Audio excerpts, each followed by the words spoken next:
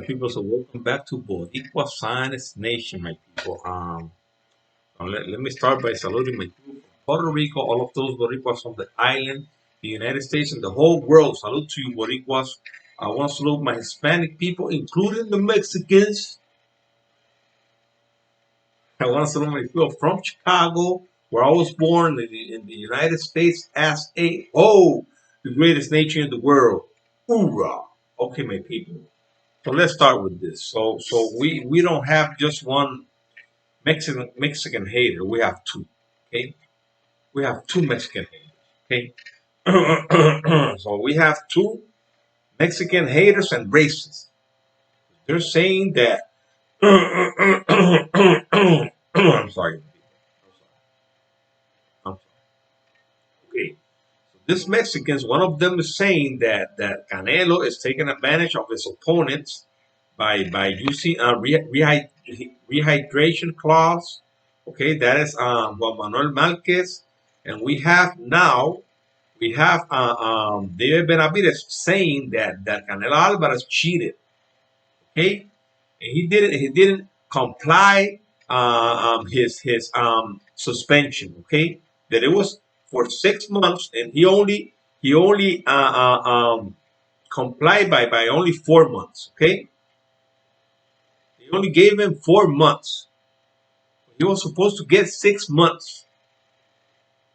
That's David Benavides, okay? And I'm going to show it to you. Okay, so right now we have Juan Manuel Marquez was talking about the rehydration clauses that he uses against his opponents.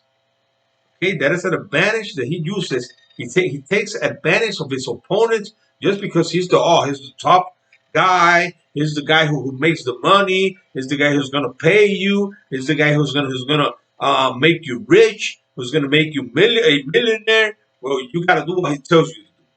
It doesn't work like that. If you're the best, if you're the best, you gotta fight your men in an equal circumstances. Okay, that's how you gotta fight your men in an equal circumstance. You cannot have any advantage over your opponent. It doesn't matter who you are. You can think you are the king of England. You can think that you are the president of the United States. You can think that you are God, but you're not. Okay? You're not. Canelito, Clembutero Alvarez, alias Popeye. Okay? You gotta fight your opponents, and the same. Okay? The same. You cannot have any advantage over him. If you're the best and you say you're the best, that's what you gotta do. That's what you gotta do. I told you the last time what Manuel Marquez was talking about, okay? Because I don't know if he talked about him cheating. I don't know. Maybe he did. But right now I'm gonna show you David Benavides talking about him cheating. Okay? Cheating and getting another advantage. Okay? Getting advantages. Okay? Always. This guy has always been treated like a little girl. You cannot be treated like a little girl. You gotta be treated like a man. If he's a man, if he want to go up and if he wants to go up and weight and fight bigger fighters, then he needs to understand that he needs to go up and fight his opponents. You know, he cannot have any advantage over them. Okay, so here it is. It is from boxing scene. Benavides, they let Canelo do whatever he wants. That's why he got that short suspension. There you go. David Benavides hopes Jose Uzcategui serves more than a 6-month suspension for failing a pre-fight test for a performance-enhancing drug last month. Okay, let me just put this a little bit bigger so you can see it.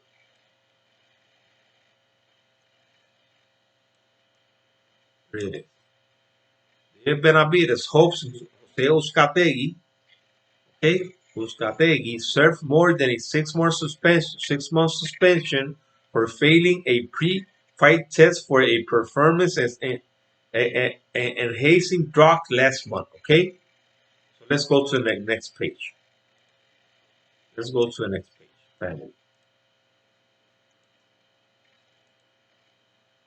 Try to keep this short, okay? This is number 2. So it keeps reading like this. Keep saying this. Okay, read it. I'll put it bigger so you guys can see it. Says right here, David Benavides believed that if punishment from boxing conventions in the United States isn't consistently commensurate with the potentially lethal consequences of using pets, it won't deter fighters from trying to cheat. You see, if you just go and tell a fighter, "Oh, okay, you got 6 months suspension, but we're just gonna give you a 4, no problem. We're not gonna suspend you. We're not gonna fine you. We're not gonna do anything. We're not gonna take your belts away. We're not gonna take your opportunities to fight for a belt, for a title." Then okay, then the fighter's gonna say, "Okay, well, I'm gonna do it again. I'm gonna do it again." Venezuela's Uzcategui tested positive for recombinant erythropoietin, EPO. Okay, that's a real hard uh, um, word to spell. Okay, EPO, EPO. During a test administered um, by the Voluntary Anti-Doping Association, which runs the WBC's clean boxing program, and was removed from their fight. Okay, so the WBC has these boxing programs, okay, for some fighters, not for all of them, because you just saw what happened with Oscar Valdez. They didn't do nothing to Oscar Valdez. And take a look to what they did to with Canelo as well. Okay, the unbeaten Benavides instead will encounter Kyron Davis in the 12-round main event Saturday night of a Showtime Championship boxing doubleheader from Footprint Center in Phoenix, Benavides' hometown, as he prepared to face David. Benavides hasn't forgotten Uzcategui's transgression. Okay, as he prepares to face Davis, Benavides hasn't forgotten Uzcategui's transgression. Okay, this is this is definitely something that has to be taken very serious. Okay, this is a clean fighter talking. Okay, this is a clean fighter. Benavides told BoxingScene.com steroids is a serious problem. You know he has to pay the punishment. I definitely feel like he needs to be punished a little bit more than 6 months. Okay, and we all know that Benavides tested positive for cocaine. But cocaine, it is an illegal substance, but it is a something that many people do. Many people do cocaine. It's not like something that you're gonna use it is a how do you call it? Recreate it, recreate it, right? Uh, uh, uh, um, Substance that many people uses. Okay, when they go out, to drink, when they go out to have fun, they use cocaine. It is something that is not only for the athletes. It could help you. It could help you, but it's not. Athletes do not, at least not at least I think not many of them. I don't think many of them use cocaine to get stronger, to get better in a fight. Okay, so cocaine, it is something that people use to just have. They think they're having fun with it. It is not like that. It will get you. Uh, if you're having fun in a party, in some place at night, having some you be with your friends, with women. You're gonna use it to last, to last longer, to have more, stamina, to be more awake. It keeps you waked up, wake up, and it will give you a better um, it will give you strength, strength. That's why it is an illegal substance as well.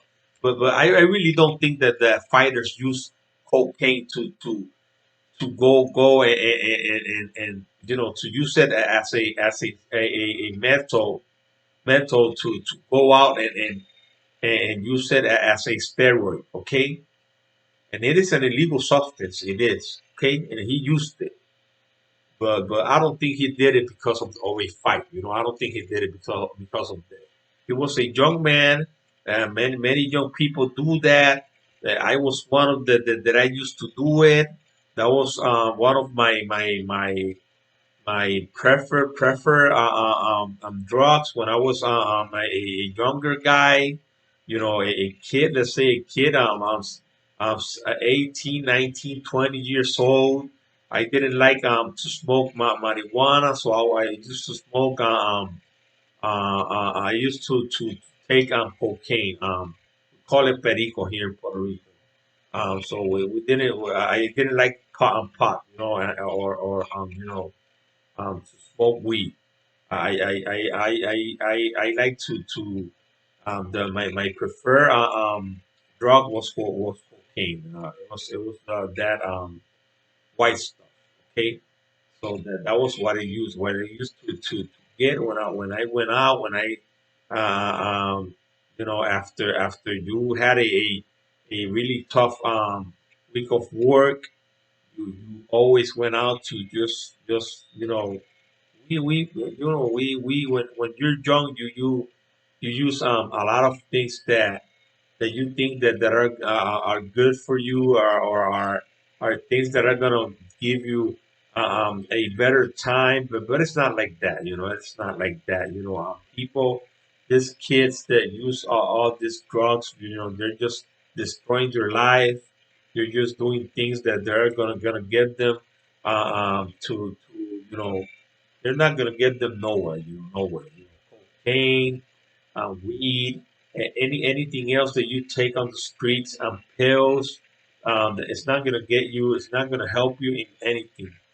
In anything. If you can just take your and drink some beers, and just get home early and do the right thing. It is gonna be better for you.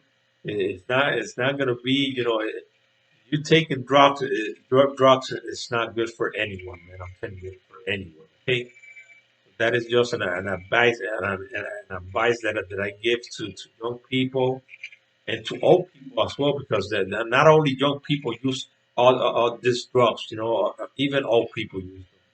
Okay, so let's keep going with this. So Benavides says the 24-year-old Benavides also pointed out that Canelo Alvarez served a suspension he considered too short for his pet order early in 2018. Alvarez twice tested positive. Okay, Alvarez twice tested positive for clenbuterol in February 2018, which led to the Nevada State Athletic Commission suspending him for 6 months. Okay, let's go to the next page. What's the next page? I'm not gonna read this one, all of this one, because it's not gonna speak all of it about the same thing.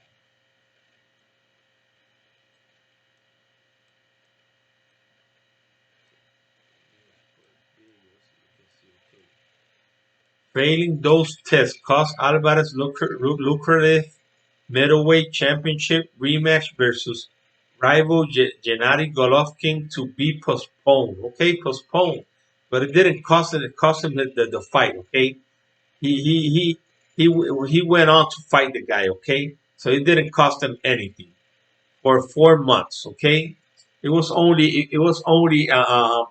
matter of 4 months. Okay, he only lost 4 months from May 2018 until September 2018. Okay, from May. Okay, so if you count from May, June, July, September. There you go.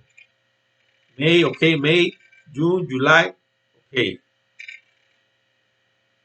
August, September. Okay, May, June, July, August, September. Okay, okay. So I forgot the months. Okay, so we got here from May to September. Okay, okay. So he went from May 2018 until September 2018. Only 4 months. Alvarez 31 has long claimed that eating contaminated meat is in his native Mexico triggered his positive test for clenbuterol, which has a similar effect on athletes to steroids. That is a lie because that has been debunked by Robert Garcia, who said that that's a lie because he's not going to go to Mexico to eat meat from El Mercado, like he said. He's not going to go to the Mercado in Mexico and buy some meat in Mexico to eat meat from the market. Okay, he's going to get his meat from the United States and he's going to bring it to the. This is a multi-millionaire guy. This is not a guy who's going to go to Mexico and eat some meat that has clenbuterol on it. Okay, so that's a lie. Okay, they're very lenient. Okay, soft. They're very lenient, soft, or forgive them. They forgive this guy a lot. Okay, on Canelo, Benavidez said. Okay, they let Canelo do whatever he wants. That's why he was able to get that short suspensions for PEDs. Should be for almost a year or a year and a half. It's nothing to play with. Okay, it's nothing to play with.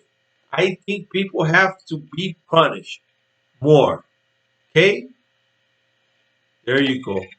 So Benavidez is accusing the over here. It talks about Benavidez fights against Tyrone Davis. Okay, Tyrone Davis or Tyrone Davis. Tyrone, I think it is right. Davis. Okay, so about his fight against Davis. But there you go, another Mexican accusing this unboxing scene. Another Mexican accusing Canelo Alvarez of cheating. Of cheating. You know that you can see that I'm not the hater, right? I'm not the hater. Okay, I'm not a hater. I'm telling the truth. Just like these people are telling the truth. Juan Manuel Marquez talking about his rehydration process that he uses against his opponents, taking advantage of them. Just because he's got the money, he's going to pay them a lot of money. And then David Benavidez saying that he tested positive, and that's the truth. All of these people could come out and say, "Oh, but he didn't test. He was clean because they checked his hair and his hair came out clean." He tested positive. That was after he tested positive. Okay, if you tested positive and then weeks later, or let's say that sometime later they come out and test your hair, it is going to come out clean. Okay, but he tested positive twice. The A and B sample. There's no way to defend that. No way. So stop defending this cheater. This guy's a cheater. Right now, David Moreno wants to fight him, and then David Benavidez wants to fight him. And the guy doesn't want to fight them. The guy doesn't want to fight them. The guy is just trying to run from them. He's trying to run from them. This guy doesn't want to have nothing to do with against these people, against these fighters. Because he knows he's going to lose. Maybe these fighters are not going to take his his rehydration clauses, and they're gonna be on him. And they're big fighters, and they're real skilled fighters, and they're great fighters. And Edgar Belanga is coming for him as well. Edgar Belanga is coming for him. It's going to take Edgar Belanga a little bit more time, just because what I have told you before. Edgar Belanga had 16 knockouts in a row in the first round. Edgar Belanga is starting his career right now. He doesn't. He still needs more experience in long fights. Okay, so he needs to go to deep waters and just keep practicing on going to deep waters and boxing more, because he needs to box more. He's got boxing skills. Today, the Cuban guy was telling me that I think this guy David Morton had 130 something fights and only two losses in amateur. Edgar Belanga had almost 200 fights in amateur. He had a 170 something wins and 17 losses. He had more than 40 fights, that David Morel, and 50 more losses. Okay, but and I know that boxing in Cuba is a great boxing. You know, that is a great boxing school. But at the same time, when you're in the United States, you got to fight everybody from everywhere. You got to fight different styles. You got to fight different people from all kinds of places. So amateur in the United States I think it's harder. It's harder. You got to fight Ukrainians, Japanese. You got to fight people from all around the world, even Cubans. All kinds of styles. All kinds of styles. Okay. So I really think that even when Cuba is a great place, it is a great boxing place, a great place for boxing. Cuba, at the same time, you cannot compare it to the United States. No country, no country.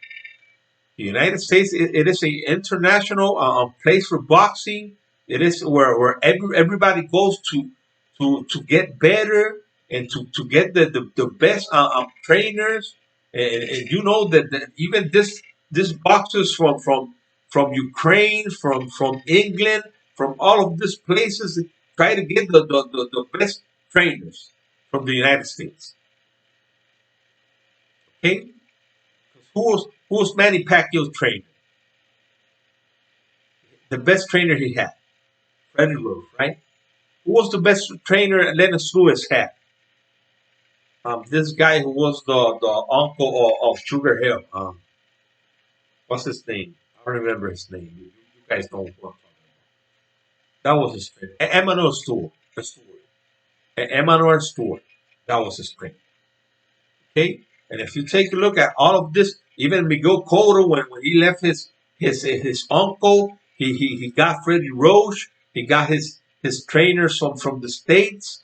All the best trainers are in the United States. I'm pretty sure that the trainers that David Morton has right now are from the United States. Edgar Belanga's trainer is from the United States. I'm pretty sure that Sander Saya's trainer is from the United States. Sometimes they keep their trainers, their fathers, their relative, because Felix Trinidad was always with his dad. Well, some people say that was a mistake. He keeping his father to be his trainer. There's times you gotta change. You gotta change. It's your father, and you want to keep him there for the longest time you can, because you love him.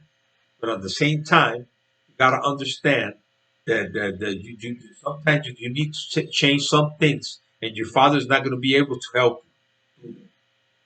Okay, right now Canelo Alvarez has Reynoso. And also, they say, guy, these people, these people are cheaters, man. They're cheaters.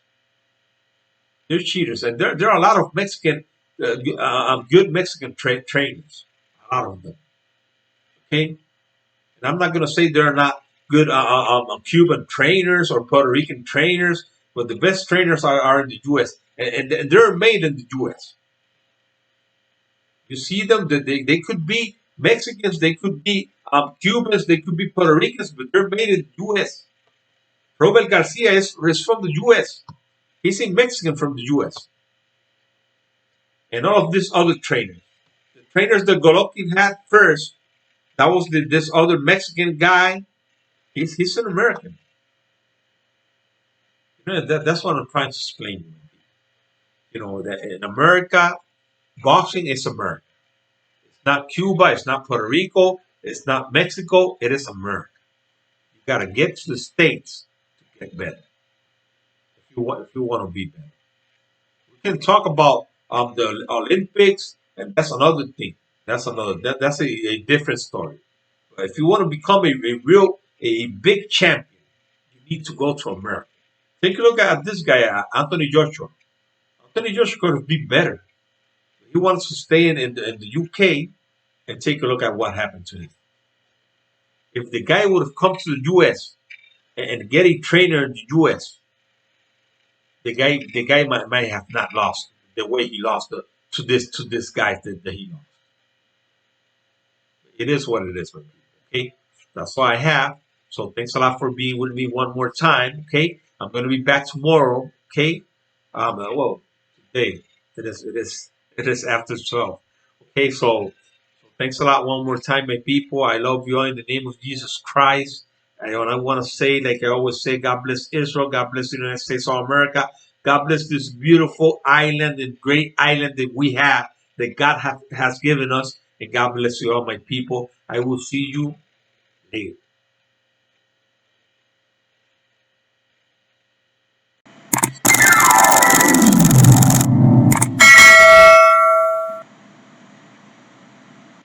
I'm a fucking monster!